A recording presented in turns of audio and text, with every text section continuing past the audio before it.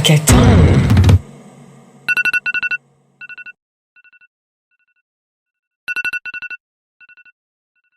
Non, vous ne rêvez pas. Votre alarme vient à nouveau de sonner. Oui, c'est déjà l'heure du réveil. Et vous voilà brutalement arraché de cet état si doux, si confortable, si ressourçant, votre sommeil. Ce sommeil si précieux qu'on a souvent hâte de retrouver, qu'on essaie toujours de rattraper, mais qu'on maltraite si facilement. Parce qu'il faut l'avouer, même s'il est difficile de ne pas aimer dormir, en pratique, on a plutôt tendance à faire exactement le contraire.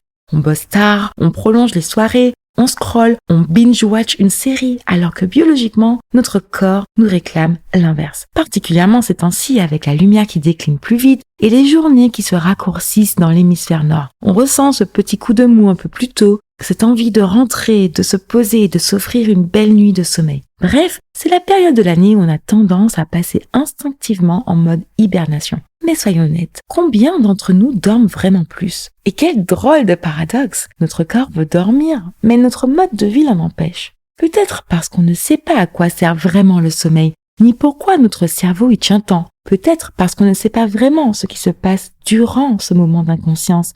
Peut-être parce qu'on n'arrive pas à imaginer à quel point ce sommeil nous est capital. Dans l'épisode précédent de Neureka, on parlait des secrets de la productivité. Et si au final, le sommeil était la phase la plus productive de notre cerveau? Bienvenue dans Neureka, le podcast qui fait vibrer vos neurones et éveille vos synapses. Je suis Dr Eka, neuropsychologue et désormais votre dealeuse de dopamine, prête à booster votre curiosité. Comme à chaque épisode, je vous emmène dans la magie de votre organe du savoir pour répondre aux interrogations que vous aviez ou pas et vous faire penser Eureka, ou plutôt Neureka. Le sommeil est par définition un état physiologique de repos de l'organisme caractérisé par une baisse de la conscience et de la vigilance, un ralentissement de l'activité musculaire et une modification de la perception sensorielle. On pourrait penser que le sommeil n'est qu'un phénomène nocturne, mais en réalité, il se prépare dès le réveil. Et oui, car notre cerveau, lui, suit une horloge biologique interne bien réglée, le rythme circadien, dirigé par l'hypothalamus dans ce qu'on appelle le noyau suprachiasmatique. Ce noyau suprachiasmatique est placé juste au-dessus du croisement des nerfs optiques. Information cruciale car grâce à cet emplacement de choix, cette petite horloge interne permettra à notre corps de se synchroniser sur le cycle jour-nuit en suivant un signal puissant, la lumière. Quand le soleil se couche et que la luminosité baisse, ce noyau envoie un message à notre cerveau pour ralentir et commencer à stimuler la sécrétion de la mélatonine, l'hormone du sommeil que vous connaissez bien. Cette hormone va aller se fixer sur des récepteurs bien spécifiques du cerveau pour freiner l'activité neuronale et préparer doucement l'endormissement. En même temps, la température corporelle chute légèrement et les battements du cœur se calment pour nous pousser encore plus vers la phase de sommeil. Mais ce n'est pas tout, car au fil des heures d'éveil, une autre molécule travaille en coulisses pour préparer le moment du coucher. C'est l'adénosine. Chaque fois que nos neurones s'activent, ils consomment de l'ATP, adénosine triphosphate, qui est comme un jeton d'énergie cellulaire. Plus on est actif durant la journée, plus nos neurones en consomment. Plus ils consommeront de l'ATP pour se fournir en énergie, plus ils libéreront de l'adénosine, qui est une forme dégradée de cet ATP. Cette molécule d'adénosine s'accumulera alors lentement dans le cerveau au cours de la journée et ira elle aussi se fixer sur des neurones spécifiques, ce qui va inhiber les systèmes d'éveil. C'est un peu comme quand vous pressez une orange pour en prendre le jus et que vous finissez par avoir la pulpe qui se détache et qui bouche le filtre. Eh bien, c'est exactement ce qui se passe avec cette accumulation d'adénosine qui va entraîner un ralentissement progressif de l'activité corticale et qui va provoquer la somnolence, alourdir les paupières, brouiller les pensées et finir par vous imposer le sommeil. Mais parfois, malgré cette belle mécanique, le système se dérègle. La pression du sommeil s'accumule certes grâce à l'adénosine, mais le rythme circadien, lui, piloté par la mélatonine, ne s'aligne pas pour autoriser l'endormissement. C'est ainsi qu'on se retrouve sans raison apparente à passer une nuit blanche, le cerveau étant littéralement incapable de basculer dans le mode veille. Mais le sommeil, ce n'est pas qu'une question d'endormissement, c'est aussi et surtout une question de cycle. Chez un adulte moyen, il y en aurait environ 4 à 6 par nuit, qui durent chacun à peu près 90 minutes. Chaque cycle passe normalement par plus ou moins 6 phases. La phase d'éveil, qui se veut brève, c'est typiquement le moment où vous vous mettez au lit mais que vous êtes suffisamment éveillé pour réfléchir. En gros, être cognitivement actif. Puis progressivement, les ondes cérébrales, ces petites impulsions électriques produites par l'activité des neurones, ralentissent et avec elles vont s'assouplir les tensions musculaires qui vous font relâcher la tête sur l'oreiller et doucement entrer dans les premiers stades du sommeil dit lent. Ce sommeil lent passe d'abord par une phase 1, qui est la phase de sommeil léger. L'activité cérébrale ralentit toujours, votre cerveau et votre corps se détendent, mais vous pouvez encore vous réveiller facilement. C'est d'ailleurs à cette phase que vous avez parfois cette sensation de chute qui est à l'origine de l'expression « falling asleep », tomber de sommeil, ou encore ces petites contractions musculaires involontaires et soudaines appelées spasmes hypniques qui vous réveillent parfois en sursaut. Pendant ce temps, votre rythme cardiaque, votre température corporelle et votre respiration continuent de diminuer. Le cerveau ralentit davantage. Les muscles se relâchent encore plus pour vous faire entrer dans la phase 2 du sommeil lent. C'est une phase de transition qui permet, grâce aux ondes θ oscillant entre 4 et 8 Hz, une relaxation croissante qui plongera dans le sommeil dit profond. Pendant le sommeil profond, comprenant les phases 3 et 4, votre corps et votre cerveau sont au plus bas de leur activité avec des ondes delta entre 0 et 4 Hz. Durant cette phase, le sommeil joue son rôle réparateur. C'est le moment précis où votre corps se régénère physiquement en activant les réparations des tissus plus ou moins endommagés durant la journée. Les os, les muscles, la peau, etc. Votre cerveau passe en mode ne pas déranger et sollicite alors votre système immunitaire pour faire ce qu'il y a à faire. Et là, il devient difficile de se réveiller. Une fois cette tâche cruciale accomplie, le cerveau redevient plus actif et passe en sommeil REM, dit aussi sommeil paradoxal, le moment phare de notre sommeil.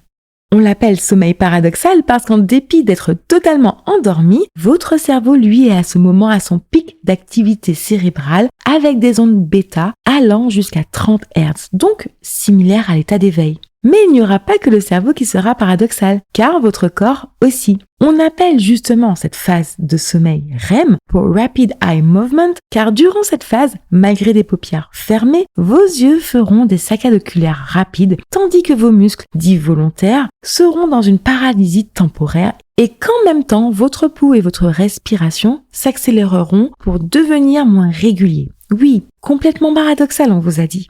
Et c'est effectivement une phase très importante, voire essentielle du sommeil, car à ce stade-là, le cerveau se met en action pour effectuer tout le travail de back-office que vous lui avez laissé au moment du coucher. Trier les souvenirs, faire un peu de ménage, etc. C'est aussi pendant cette phase que l'on rêve, ou en tout cas, qu'on a les rêves les plus vifs dont on se souviendra au réveil.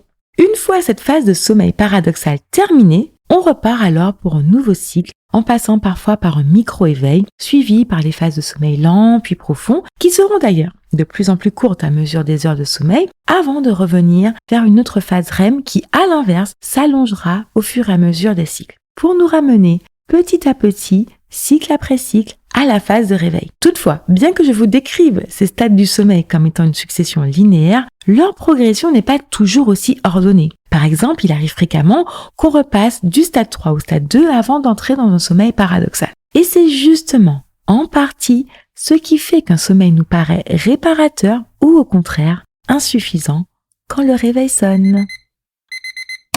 On va passer tout de suite à l'actualité Guadeloupe-Martinique, présentation du Caraïbe du Zil. Il y a des nuits où on a beau être épuisé, rien à faire. Le sommeil refuse de venir. On tourne, on pense, on recompte les moutons, mais rien. Et plus on regarde l'heure, plus le sommeil semble s'éloigner. Super frustrant. Et puis il y a les nuits où on s'endort vite, mais on dort mal. Réveil en pleine nuit, rêve agité, impression de n'avoir jamais vraiment déconnecté. Ces deux scénarios semblent en apparence différents, mais ils ont souvent la même cause. Un cerveau désynchronisé entre ses besoins biologiques et un mode de vie. Comme on l'a vu, le sommeil dépend du rythme circadien, qui se cale sur l'alternance jour-nuit, ce qui fait de la lumière notre principal saboteur.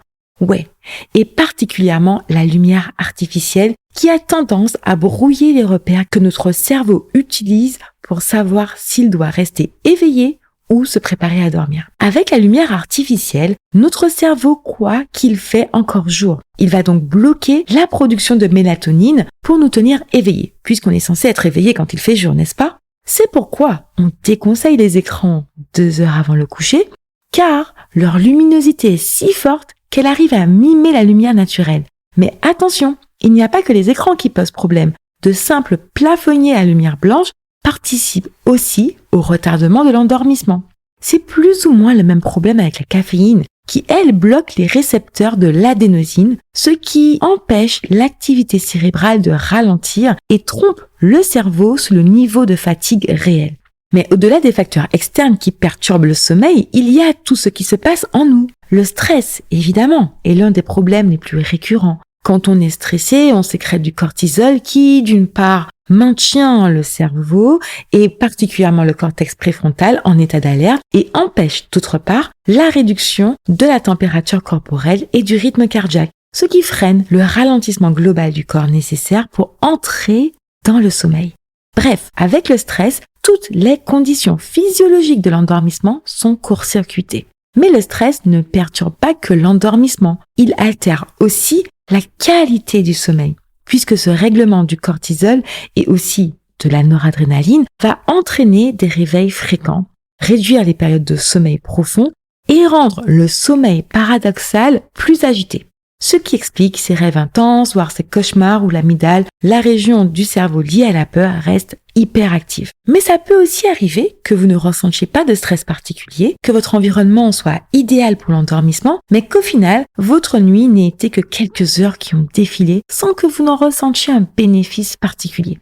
Comme on le disait juste avant, le sommeil passe par plusieurs phases, et cela plusieurs fois par nuit. Mais parfois, cette succession de cycles se fera de façon chaotique, soit à cause d'un enchaînement désorganisé des différents stades du sommeil, soit à cause de micro-réveils trop fréquents ou trop longs, ou encore d'un accès au sommeil profond ou paradoxal trop court ou carrément inexistant. Et à force de perturbations, c'est le système tout entier qui se retrouve déréglé. Le rythme circadien perd ses repères, les cycles deviennent de plus en plus irréguliers et le cerveau ne tire plus vraiment de bénéfice de ce moment de pause. Ce qui est bien sûr problématique car le sommeil est loin de n'être qu'une question de repos. On parle souvent du sommeil comme d'un moment de repos, mais en réalité, le cerveau y est loin d'être inactif. C'est même d'ailleurs le moment où il pourra faire du rangement et se consacrer à ce qu'il y a de bon pour notre santé cognitive. Lors des phases du sommeil lent profond, il profite pour trier les informations acquises dans la journée, pour choisir lesquelles intégrer et consolider et lesquelles jeter. C'est à ce moment-là que les connexions synaptiques associées aux infos pertinentes sont renforcées tandis que d'autres inutiles sont affaiblies. C'est ce qu'on appelle la consolidation mnésique. Je vous en parlais justement dans l'épisode 9 de Neureka. Pour qu'une information soit retenue, il faut certes qu'elle soit répétée, mais il faut aussi qu'elle soit suivie d'un sommeil de qualité pour lui donner toutes ses chances d'être bien implantée dans la mémoire. Mais le tri ne concernera pas que les informations apprises durant la journée. Car le sommeil, c'est aussi le moment du grand nettoyage cérébral. Grâce au système dit lymphatique, les déchets métaboliques produits par l'activité neuronale et accumulés dans le cerveau à mesure de la journée vont être capturés puis éliminés via le liquide céphalorachidien qui circule autour et dans les cavités de notre cerveau. Certaines recherches suggèrent d'ailleurs que c'est surtout dans le sommeil profond que ce nettoyage s'opérerait. On a parlé précédemment de l'adénosine, et bien c'est justement lors de cette phase qu'elle sera du coup éliminée pour nous ramener progressivement vers l'éveil. Mais d'autres déchets métaboliques plus dangereux seront aussi visés par ce processus. C'est notamment le cas des protéines excédentaires. On peut donner l'exemple des protéines bêta-amyloïdes ou tau, une fois amoncelées, étouffent les neurones sains au point de les tuer. C'est ce qui cause la neurodégénérescence, c'est-à-dire la perte de neurones, comme retrouvé dans la maladie d'Alzheimer. Bien dormir, c'est donc le moyen de limiter l'apparition de telles pathologies. Mais la mission du sommeil ne s'arrête pas là. Il joue aussi un rôle clé dans la régulation émotionnelle, puisqu'il permet au système limbique, et notamment à l'amygdale, de décharger une partie de l'activité émotionnelle accumulée durant la journée, ce qui permet de se sentir plus serein après une bonne nuit de sommeil. En somme, le sommeil, c'est bien plus qu'une simple pause quotidienne, c'est le tiercé gagnant, la fonction biologique indispensable à la cognition, à la régulation émotionnelle et de façon plus globale à la santé cérébrale.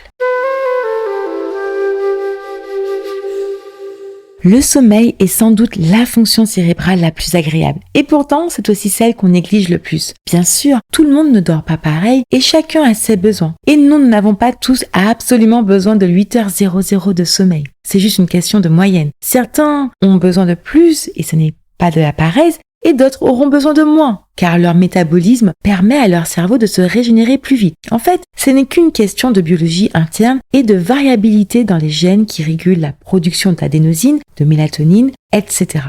Mais plus que la durée, c'est la qualité et la régularité qui comptent. S'endormir et se réveiller à des heures proches chaque jour, même le week-end, est l'un des meilleurs moyens de maximiser les effets réparateurs du sommeil. Et si le sommeil se fait désirer chez vous, pensez à ajuster certaines de vos habitudes. Réduisez l'exposition à la lumière vive, dont les écrans en soirée, pour ne pas brouiller la sécrétion de mélatonine. Évitez les efforts physiques intenses trop tard, qui maintiennent la température corporelle élevée. Et éliminez les surstimulations. Cela passe de l'enchaînement de Reels au travail sur un dossier stressant.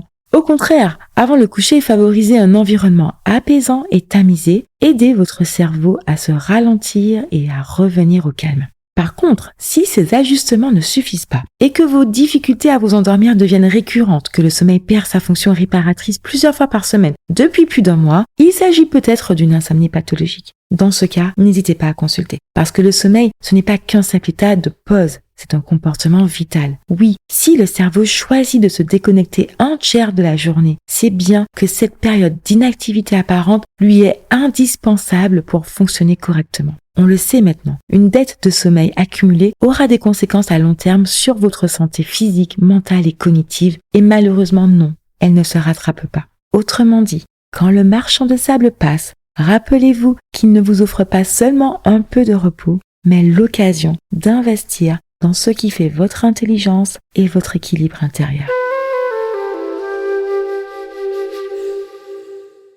Voilà, c'est l'heure de se déconnecter. Merci en Shai d'avoir été des nôtres. Si vous avez aimé cet épisode, si cet épisode vous a autant intrigué que fasciné, exprimez-vous en commentaire. Offrez-nous 5 étoiles et partagez autour de vous. Et puis tant qu'à faire, pour ne plus rien rater de Neureka, suivez-nous sur les réseaux sociaux et ajoutez-nous en favoris sur Spotify, Apple Podcasts, Deezer, Podcast Addict et maintenant Angami pour ceux qui, comme moi, sont au Moyen-Orient. Au Pakistan,